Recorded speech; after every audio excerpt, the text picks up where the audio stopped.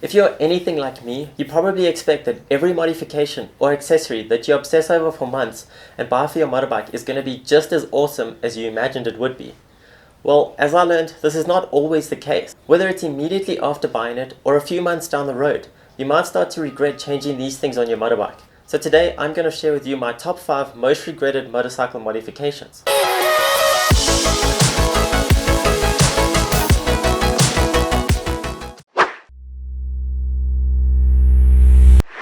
One of the first accessories I bought when I got my motorbike were new grips. I bought Pro Grip Superbike grips, and at the time it seemed like a great idea.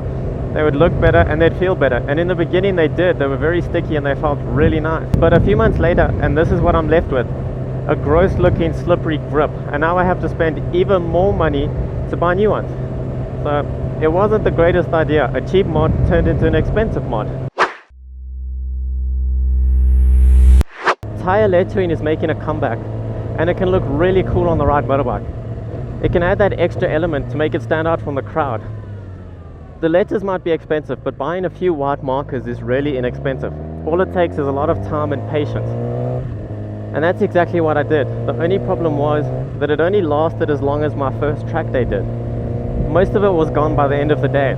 However, it was kind enough to leave some of itself behind.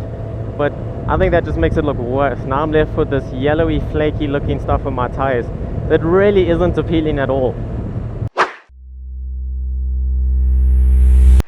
We all love watching Rossi and Marquez battle it out, and I think we often try to tell ourselves that they're only faster than us because of their superior equipment.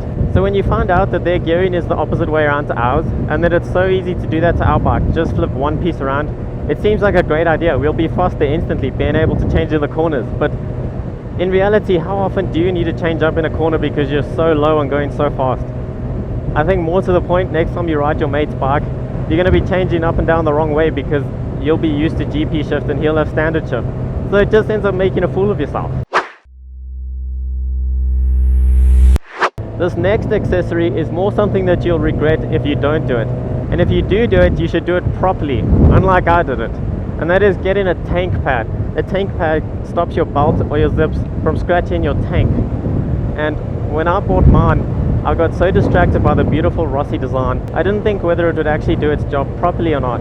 So I ended up getting a really cool looking one, but it's so thin that there's a whole portion on either side that doesn't get protected. And there are plenty of companies that make ones that protect the whole area, but I didn't do it. So that's definitely something I regret. In the world of motorcycling, there's quite a few things that you're going to have to learn the hard way. And one of those things are key rings. When you first get the key to your new motorbike, you're really proud to be in possession of it. And all you want to do is go out and buy the coolest key ring you can find to hang on this new key. But if you get a key ring with a long metal string like this one had when I got it, it can rub around on your yoke while you're riding and scratch it. Even if it's a silver yoke, it can still scratch the silver.